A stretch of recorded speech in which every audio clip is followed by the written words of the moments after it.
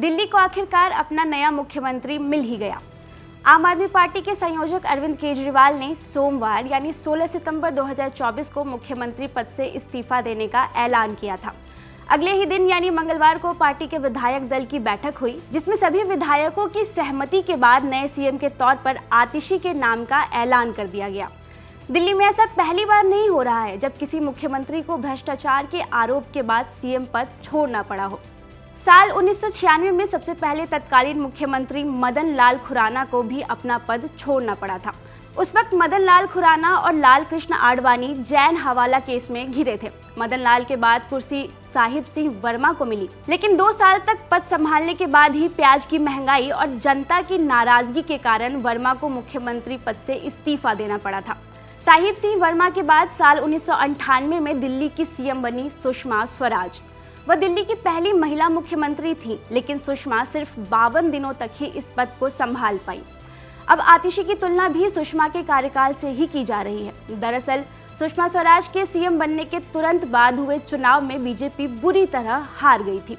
उस वक्त दिल्ली की जनता बीजेपी सरकार से महंगाई के मुद्दे पर नाराज थी और इसका असर विधानसभा चुनाव में साफ नजर भी आया। ऐसे में इस रिपोर्ट में विस्तार से जानते हैं कि सुषमा स्वराज की हार से आतिशी और अब आम आदमी पार्टी को कौन सी सीख लेनी चाहिए, जिससे आने वाले विधानसभा चुनाव में आप वो गलती ना करें जो कभी बीजेपी ने की थी। आतिशी को सुषमा स्वराज से लेनी चाहिए सीख। पत्रकार और लेखक रशीद किदवई कहते हैं, कम समय वाले मुख्यमंत्री किसी भी राजनीतिक दल के लिए रिस्क फैक्टर ही होता है, फिर चाहे वो बीजेपी हो या आम आदमी पार्टी, क्योंकि पिछले मुख्यमंत्री की कमियां और खामियां नए मुख्यमंत्री पर थोप दी जाती है।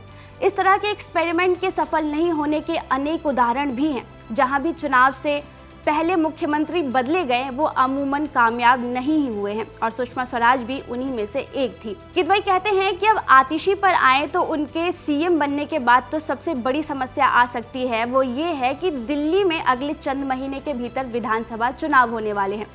किदवई आगे बताते हैं कि इस चुनाव में अरविंद केजरीवाल अपनी प्रतिष्ठा के लिए मैदान में उतरेंगे, वो एक खुद बड़ा मुद्दा भी होंगे। ऐसे में चुनाव के बाद समस्या ये आएगी कि क्या आतिशी फिर से सीएम बनकर वापस आएंगी।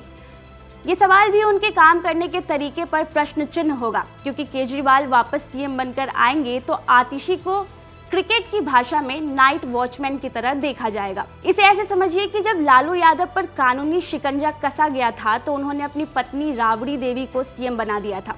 ठीक इसी तरह जयललिता को मुख्यमंत्री पद से 2-3 बार हटना पड़ा तो उन्होंने हर बार अपने पार्टी के सहयोगी पन्नीर सेल्वम को मुख्यमंत्री बनाया था और हर बार पन्नीर उतनी ही वफादारी से त्यागपत्र दे देते थे और जयललिता सीएम बन जाती थी। एक और उदाहरण तो हमने अभी ही देखा है, जब हेमंत सोरेन को मुख्यमंत्री पद से हटना पड़ा तो उन्होंने अपने सहयोगी चंपई सोरेन को सीएम बना दिया था।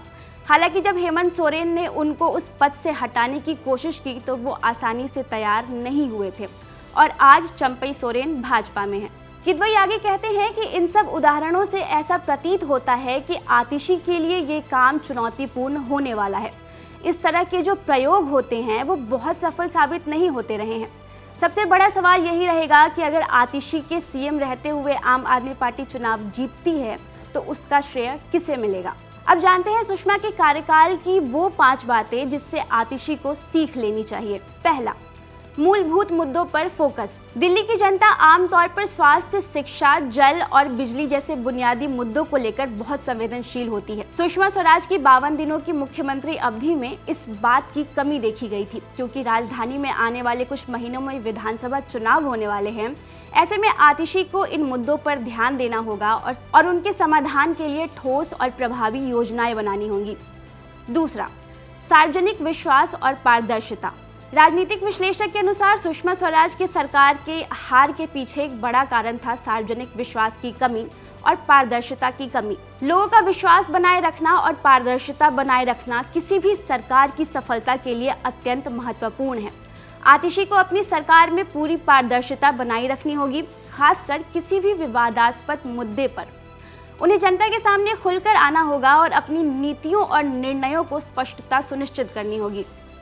तीसरा, जनता के साथ संवाद बनाए रखें।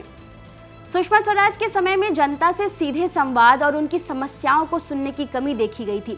आतिशी को जनता के साथ लगातार संवाद बनाए रखना चाहिए ताकि उनके मुद्दों और अपेक्षाओं को समझा जा सके और तुरंत प्रक्रिया दी जा सके। चौथा, राजनीतिक रणनीति पर ध्यान दें। दिल्ली में बीजेपी की हार के पीछे कई कारण थे, जिनमें चुनावी रणनीति का असर भी था।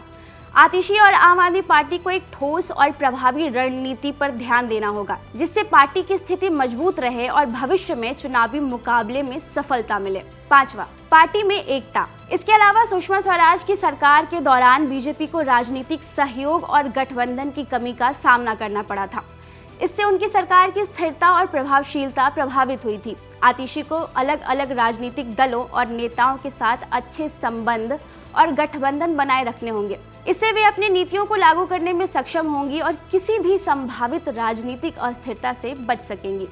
रिपोर्ट आपको कैसी लगी हमें कमेंट सेक्शन में जरूर बताएं और ऐसे ही अपडेट के लिए एबीपी लाइव को सब्सक्राइब करें।